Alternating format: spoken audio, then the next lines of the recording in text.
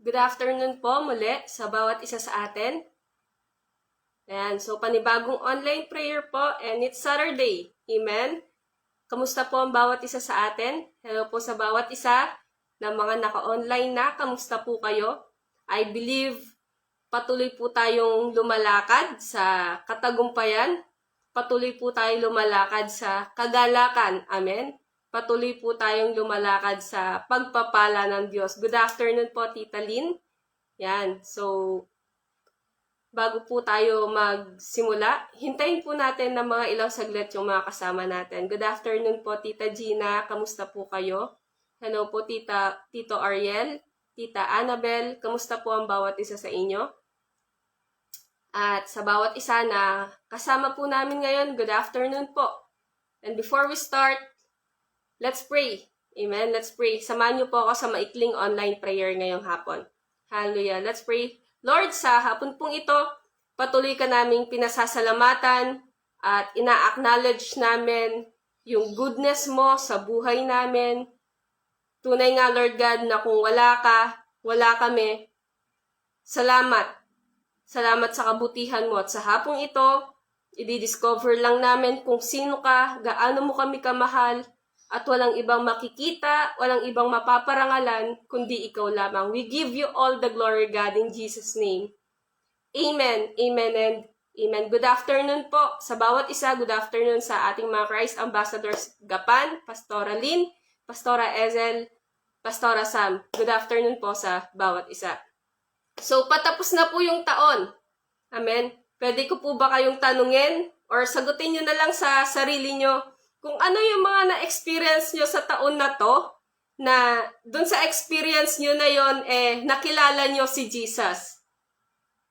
Meron po ba kayo? Sagutin nyo po sa sarili nyo. Ako personally, I experienced Him as my strength, as my peace, and my provider. Amen. He is the Prince of Peace na sa kabila ng mga nangyari, di ba? Nang nangyari sa paligid or mga biglaang pangyayari sa personal life, andoon yung masarap kang nakakatulog sa gabi. Di ba? Masarap kang nakakatulog sa gabi. Merong kapayapaan dahil siya yung Prince of Peace natin. Strength, kalakasan. Amen. Na sa kabila ng hindi mo na alam yung paano mo gagawin yung mga bagay, paano matatapos yung isang kaganapan sa buhay mo, yung strength ng Diyos nandyan para makatayo ka, mapagtagumpayan mo yung nasa harapan mo, provider. In a way na never kang nagkulang, never akong nagkulang. Ang family ko never nagkulang, though a lot of financial challenges, pero napaka-visible nung pagpapala ng Lord. At nakita ko personally, never siyang nahuli at minsan unang-una pa siya. Amen. Kayo, can you comment down below kung paano niyo siya nakilala in your own experience sa buong taon na to? Healer ba siya sa inyo ngayong taon na to? Provider ba siya sa inyo ngayong taon na to? Paano yung pagkakakilala niyo sa kanya ngayong taon na to? Bibigyan ko po kayo ng 10 seconds. Wow, exam. Ayun. Paano nyo siya nakikilala? Ano yung pagkakakilala nyo? Paano siya nagpakilala sa inyo personally?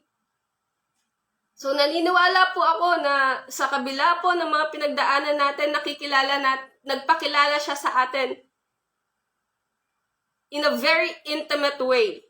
Amen? In a very intimate way. Sabi ng Ephesians chapter 1 verse 17, that the God of our Lord Jesus Christ, the Father of glory, may give you the spirit of wisdom and of revelation in the knowledge of Him, having the eyes of your hearts enlightened, that you may know what is the hope to which He has called you. What are the riches of His glorious inheritance in the saints? And what is the immeasurable greatness of His power toward us who believe, according to the working of His great might that He worked in Christ when He raised Him from the dead and seated Him at His right hand in the heavenly places. So, sabi niya, may give you the spirit of wisdom and of revelation in the knowledge of Him, having the eyes of your hearts enlightened. How? Through the revelation of Christ. Diba? That you may know what is the hope to which He has called you. How? Paano mo malalaman yon? Sa pamamagitan ng revelation kay Kristo. Amen. What are the riches of His glorious inheritance in the saints? Paano mo malalaman yung mga benepisyo or yung mga inheritance mo sa pamamagitan ng knowledge patungkol kay Kristo? Amen. Yung immeasurable greatness ng power niya sa atin na naniwala sa Kanya, nalaman natin yun sa pamamagitan ng knowledge natin o ng revelation natin sa pamamagitan ni Kristo. So, ang mabuting balita po ay malawak kesa sa naiisip natin. Ito ay malawak. Malawak pa kesa sa universe. And yung goodness po, amen, yung goodness ng good news ay directly proportional sa level ng revelation natin sa kung sino ang Diyos. Amen? Kasi minsan, kahit good news na yan, nadidistort yan. Nag-iiba yung message niyan. Kaya yung paniniwala po natin, yung paniniwala ng tao ay nagiging hindi tama.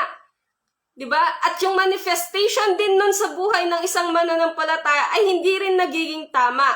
Example, kung pinaniniwalaan natin na galit pa ang Diyos sa atin hanggang ngayon, ang gagawin natin, isusundin natin yung mga bagay-bagay na gusto ng Diyos, di ba? Dahil dun sa paniniwala na galit pa rin si Lord sa atin, yung parang mapipilitan ka, kailangan kong gawin to kasi magagalit ang Diyos sa akin. Amen? Pero kung yung revelation na meron ka ay yung revelation ng pag-ibig ng Diyos, di ba?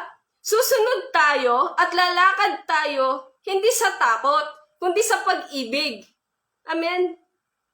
Yun yung sinasabi lagi ng mga pastors natin. Bakit? It is directly proportional to the level of revelation we have about Him. Amen? Kaya nga sabi ni Joseph Prince, right believing will lead you to right living. Kaya napakahalaga ng revelation. So, since ang Diyos po ay mabuti, amen, at dahil marami na tayong na-discover patungkol sa Lord, di ba marami na rin po kayong na-discover patungkol sa Diyos? I believe, iba-iba po tayo ng experience sa Diyos. Di ba sabi nga po ng kanta natin, they are new every morning.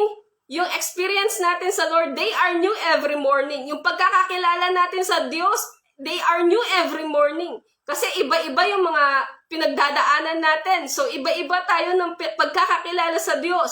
They are new every morning. Araw-araw nagpapakilala ang Diyos sa atin. Ibig sabihin, there is always more. Amen? There is always more to the good news. Amen? Yung nararanasan natin ngayon, yung nararanasan po ninyo ngayon, may mas higit pa na pwedeng iparanas ang Diyos. May higit pa na pwedeng ipa-experience ang Diyos at meron pang higit pa na pwede kang ma-discover sa goodness ng Diyos sa buhay mo. There's more! Amen? Parang pagkatapos mong buksan yung isang malaking regalong malaki, di ba? Pagkatapos mong buksan, tanggalin yung balot, nakita mo na yung laman, may nakasulat pa na, wait, there's more. Kasi meron pa palang susunod na box doon. Diba? Ganon din ng Diyos. Why? Because there's more. Amen? There's more. Marami pa tayong pwedeng ma-experience. Amen? Marami pa tayong pwedeng makita. Marami pa tayong pwedeng maranasan sa goodness ng Lord sa buhay natin. Amen? Marami pang regalo na hindi tayo nabubuksan. Amen? Marami pa.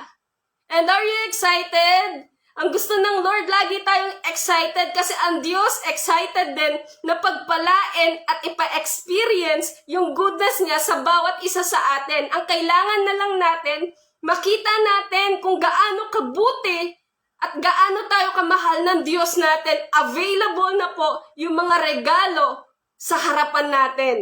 Amen? Gusto ng Lord na ma-excite tayo. Sabi niya, hey, wait, there's more. Nakaranas ka ng healing. Wait, there's more. Nakaranas ka ng promotion. Wait, there's more. Amen? Dahil sa goodness ng Lord, laging may bago. Sa goodness ng Lord, laging wait, there's more. Kasi hindi yan nauubos. Amen?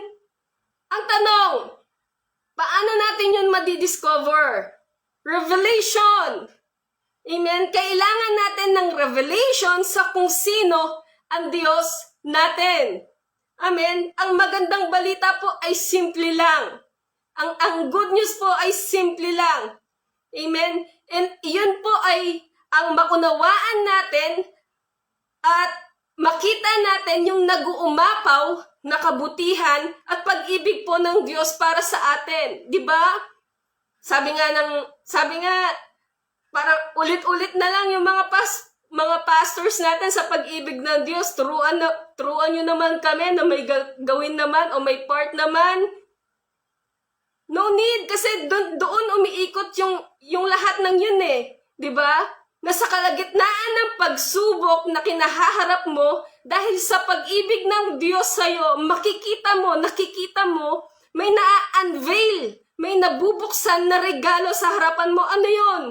May nakikita kang goodness ng Lord na siya pala ay provider, na goodness ng Lord na siya pala ay healer. Amen? Amen? Mabuti ang Diyos. There's more. Amen? Gusto ng Lord na ma-excite tayong lahat. Patapos na yung taon at naniniwala ako, maraming pinaranas ang Diyos sa bawat isa sa atin. Pero hey, wait, there's more. May gusto pang iparanas at ipakita. At nais ng Diyos na makita mo sa mga mata mo yon na hey, wait, there's more. May gagawin pa ang Diyos. May i-unveil pa siyang regalo sa harapan mo. There's more. Amen? Kaya nga ang gospel po, ito po yung gusto ng Lord na iparanas niya sa bawat isa sa atin, yung langit kahit nandito pa tayo sa lupa. Amen? Ito yung gospel na gusto ng Lord. Ito yung good news. Good news na dahil sa pag-ibig ng Diyos sa atin, yung puso mo, yung kaisipan mo, hindi siya nabababad sa negativity ng mundo, kundi nag-uumapaw siya at punong-puno siya ng pasasalamat dahil alam mo, okay, meron kang revelation eh. Alam mo, merong Diyos na nagmamahal sa'yo, na nangako na hindi ka iiwan at hindi ka pababayaan man. Amen? Nakita niyo po ba? Patapos na yung taon. Amen? Patapos na yung taon, yung mga oras na nanghina ka sa taon na to. Di ba? Naisip mo na baka hindi mo kayanin. Hey, look!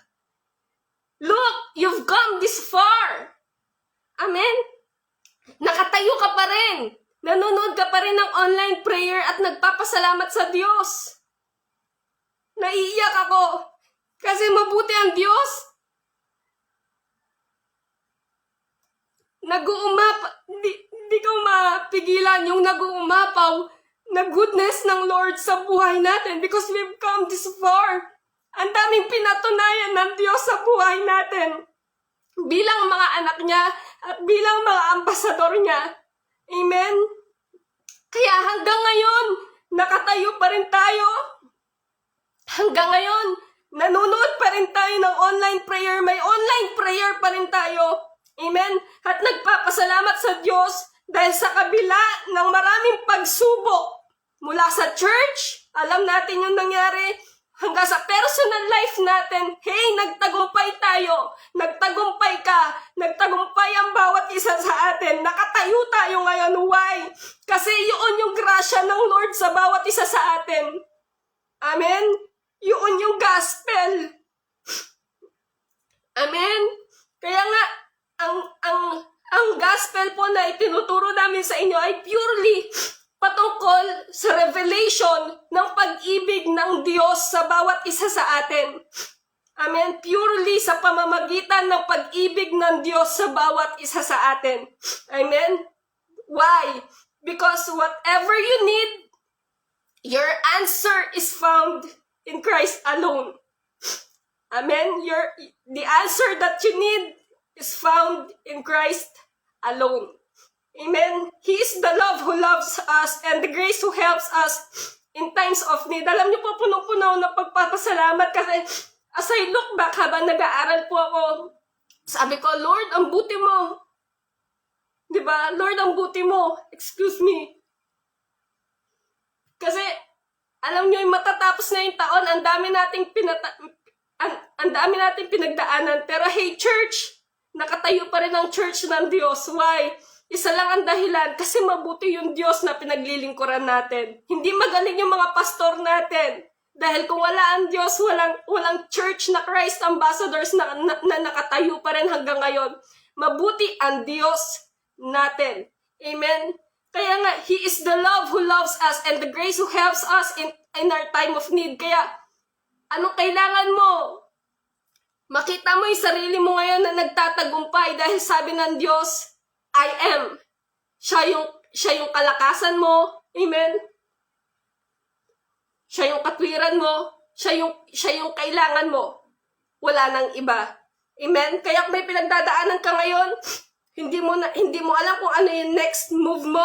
Kailangan mo ng revelation ng isang Diyos na nagpatahimik ng dagat at ng alon sa pamamagitan lang ng isang salita. Amen? At sinabi sa dagat at sa alon, be still and know that I am God. Be still. Amen? Just be still and know that He is God. Amen? Marami po tayong pinagdaanan sa loob ng taon na to. Pero isa man sa atin walang pinabayaan ng Diyos. Bakit? Kasi mabuti ang Diyos natin. Amen? Mabuti ang Diyos. Kaya, gaya ng binasa natin, the Ephesians did not need for God to do any more for them than to give them a revelation of what was already done. Tapos na. Pasalamatan na lang natin siya sa ginawa niya para sa atin. Amen? So we are all blessed and greatly favored. We are blessed because we have a good God. Amen? So have the revelation of God. At naniniwala ako that revelation of who He is. Amen? It will leave you differently. Amen? Mabubuhay ka ng kakaiba. Amen? So, sa hapon pong ito, discover more of Him, and we are all blessed and greatly favored. Sa hapon pong ito, kung ngayon nyo palang nakilala ang Diyos at ngayon nyo palang narinig ang magandang balitang ito, nais ko po kayong anyayahan sa simpleng pagtanggap sa ating Panginoong Hesus bilang Panginoon sariling tagapagligtas. Amen? So, sumunod lang po kayo sa maikling panalangin ito. Amen? Panalangin po ito ng pagtanggap. Wala itong magic, pero isa lang ang sigurado. Pag sinambit mo ito ng buong puso at tinanggap mo ang Diyos bilang Panginoon at sariling tagapagligtas, sigurado, yung relasyon na nawala dahil sa kasalanan, yun ay manunumbalik dahil sa ating Panginoong Hesus. Available yung kaligtasan para sa'yo. Amen. Ang kailangan mo lang tanggapin yung tinapos ni Kristo sa krus ng Kalbaryo sa pamamagitan ng simpleng panalangin ng pagtanggap sa hapong ito. Amen. So, kung nais mo siyang tanggapin, sabihin mo lang, Panginoong Hesus, sa oras na to, salamat sa kabutihan at pag-ibig mo. Binubuksan ko ngayon ang aking puso. Tinatanggap kita bilang Panginoon at sariling tagapagligtas. Ako ngayon ay naniniwala na ikaw ay Diyos na nagkatawang tao, na napako sa krus upang ako ay tubusin mo at pagkalooban ng buhay na walang hanggan. Sa oras na to, salamat at ikaw na ang maghari sa aking buhay. Salamat sa buhay na walang hanggan at sa regalong kapatawaran sa lahat ng aking mga kasalanan. Purihin ka, Jesus, sa pangalan mo. Amen, amen at amen. Amen. At sa oras po na to, tuloy-tuloy po tayo sa ating panalanginan. Amen. Let's pray for one another. Naniniwala po ako marami kayong prayer request. Pero naniniwala po ako na hindi ko man po mabanggit ang mga yon, naniniwala ako, nakikinig ang Diyos sa mga hinaing ninyo. Amen. You can write down your prayer request po sa comment section below. Hindi ko man masabi yung prayer nyo dahil baka hindi ko po mabasa. Pero one thing is for sure, maipapanalangin po ang lahat ng iyan. Amen. So let's pray. Hallelujah. Panginoon, salamat. Salamat sa grasya mo. Salamat sa pag-ibig mo, Lord. Kailanman hindi mo po kami pinabayaan. Isa man sa amin, Lord God, walang makapagsasabi na experience namin na nagkulang kami. Kaya salamat po na ikaw yung great provider namin. At sa oras na to, patuloy lang namin pinapasalamatan, Lord God, yung patuloy na pagpapala mo sa bawat isa sa amin. Pagpapala na kailanman ay hindi nakabase sa aming mga performance, kundi sa performance ng aming Panginoong Jesus. Kaya ngayon, Lord, na-enjoy namin yung buhay na kaloob mo dahil sa mga pagpapala na hindi namin pinaghirapan pero ginawa mo kaming deserving dahil sa aming Panginoong Jesus. Lord, mula sa pamilya ng Christ Ambassador, sa bawat pamilya, Lord God, na patuloy mong, dalangin ko, patuloy mong pagtibayan ng iyong pag-ibig. Lord, naniniwala kami na patuloy na lalakad ang bawat pamilya, Lord God, sa Christ Ambassador, sa pabor mo, sa provision mo, sa good health, at sa band ng banal na spirito. Lord God, salamat, pinagpala mo ang bawat pamilya na meron ng Christ Ambassadors. Maging nagpapasalamat kami na patuloy na lalago pa yung mga businesses ng mga anak mo na may mga business ngayon. Lord, walang pandemic ang makakapagpigil, Lord God, dun sa pagyaman ng mga anak mo. Dahil ito po ay inheritance ng bawat isa sa tinapos ni Kristo sa krus ng Kalbaryo. Kaya maraming salamat, magpa-prosper ang lahat ng may businesses, Lord God. At lahat ng pinagkakakitaan ng mga anak mo, Lord, ay magmumultiply. Dahil ito yung kalooban mo para sa bawat isa sa amin. Maraming salamat din po, Lord, sa patuloy na mga nagtatrabaho, Lord. Dalangin namin na mag-e-excel, patuloy na mag-e-excel sa trabaho, yung mga nagtatrabaho. We speak forth promotion sa kanila, sa mga kumpanya nila. Lord, magsha-shine sila dahil ang dala-dala nila ay liwanag na nagmumula sa iyo. And they will be the head and not the tail. They will be over and not beneath. Lord, thank you for your favor sa lahat ng nagtatrabaho na ambasador mo. Pinroteksyonan mo na sila mula sa kanilang pagtatravel, Lord God, araw-araw. Maging sa mga nag-aaral, Lord, naniniwala kami na may magandang kinabukasan ka para sa kanila at isa ang matapos sila sa kanilang mga pag-aaral. Lord, salamat sa patuloy na katalinuhan na iyo pong pinoprovide sa kanila, sa mga young ambassadors mo. Patuloy silang mag-excel sa school at patuloy na malakaran nila yung pagpapala na anuman ang gawin ng kanilang mga kamay ay pagpapalain mo. At salamat na mangyayari yung mga pangarap nila sa kung ano yung gusto nilang maging pagtapos nila at pag-graduate nila. Lord, salamat sa protection sa bawat kabataan na iyo pong ipinagkatiwala sa amin. Sa anumang pwedeng magpalayo sa kanila sa tamang daan na kailangan nilang lakaran. Salamat, Banal na Espiritu, sa guidance mo po sa kanila, sa bawat desisyon na gagawin nila. Ikaw po ang maparangalan, wala nang iba. Lord, salamat din sa mga pastors namin, mula sa mga pastor namin sa Maine, sa Pansinaw at sa Gapan, kasama ng mga leaders na patuloy na umaantabay, Lord God, at ginagamit upang maalagaan ng bawat anak mo na ipinagkatiwala sa amin. Lord, patuloy mo pong pag-alabin pa yung puso ng bawat isa para sa ministeryo mo at para sa mga tao na hindi pa nakakakilala sa iyo. Patuloy niyo pa pong gamitin ang buhay ng bawat isa para mas marami pang makakilala sa iyo at marami pang makaunawa sa pag-ibig mo at sa tinapos ni Kristo sa krus ng Kalbaryo. O Diyos, sa oras na to, naniniwala ako na patuloy mo pong palalakasin, patatatagin pa ang bawat isa at patuloy na lalakad pa ang bawat pastor at leader ng church na pinagkatiwala mo po sa amin sa pag-ibig at iisang hangarin yon ay maitanyag ang pangalan mo. Magamit kami para sa ikalalawak ng ministeryo mo at walang ibang mapaparangalan sa ministeryong ito kundi ikaw lamang. Maging yung mga next generation of leaders, Lord, ngayon pa lang, naniniwala kami, meron kang itinalaga na mga susunod na henerasyon na leaders na makakatulong ng mga lingkod mo. Lord, naniniwala ako, ngayon pa lang piniprepare mo na yung mga puso nila at sa panahon na sila na ang tatayo, Lord God, mararanasan nila yung galak, yung excitement dahil sa pagkakatawag na hindi mula sa tao kundi mula sa iyo. Lord, salamat. Salamat na ang church na iyo pong pinagkatiwala sa amin ay may magandang future. At naniniwala kami, Lord God, there's more. There's more sa church na ipinagkatiwala mo po sa amin. Kaya maging yung vision na pinagkaloob mo po sa aming punong pastor, Lord, naniniwala kami. Pag may vision, may provision. Hindi po namin nakakalimutan iyon. At naniniwala kami, hindi mo rin po iyon kinalilimutan. At sa oras na to, Lord God, naniniwala kami sa oras na matayod yung vision na yon, yung pinagkatiwala mo po sa aming punong pastor. Lord, ikaw ang magsusupply mula sa mga tao na tutulong para mangyari yon hanggang sa pinakamaliit na peso na kakailanganin para maging posible iyon. Lord God, we entrust everything to you.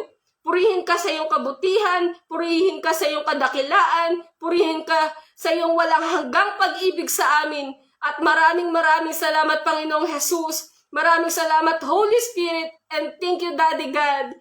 Naniniwala kami, hindi mo kami kailanman pinabayaan. At salamat sa pag-ibig mo, sa pag-ibig nyo. This we pray in Jesus' name.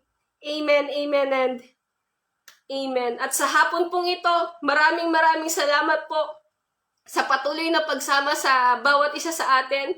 Bukas po, 7:30 in the morning, ating pong online and on-site celebration. Sa mga wala pa pong tickets para po sa ating Hymn of Love Part 2, bukas po yung second Sunday natin.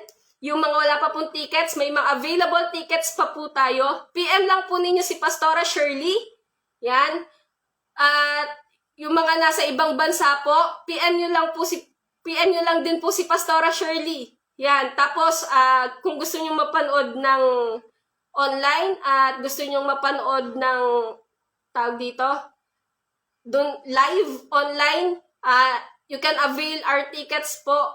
Tapos, may isi-send na link sa inyo, tas dun po ninyo mapapanood yung kabuuan po ng concert. So, bukas po yon ng 4 p.m. Bukas po yung hall 2. So, thank you po sa hapong ito. See you tomorrow po, 7:30 in the morning and 4 p.m. sa ating hall 2. So, we are all blessed and greatly favored. To God be the glory. Amen. Mabuti ang Diyos.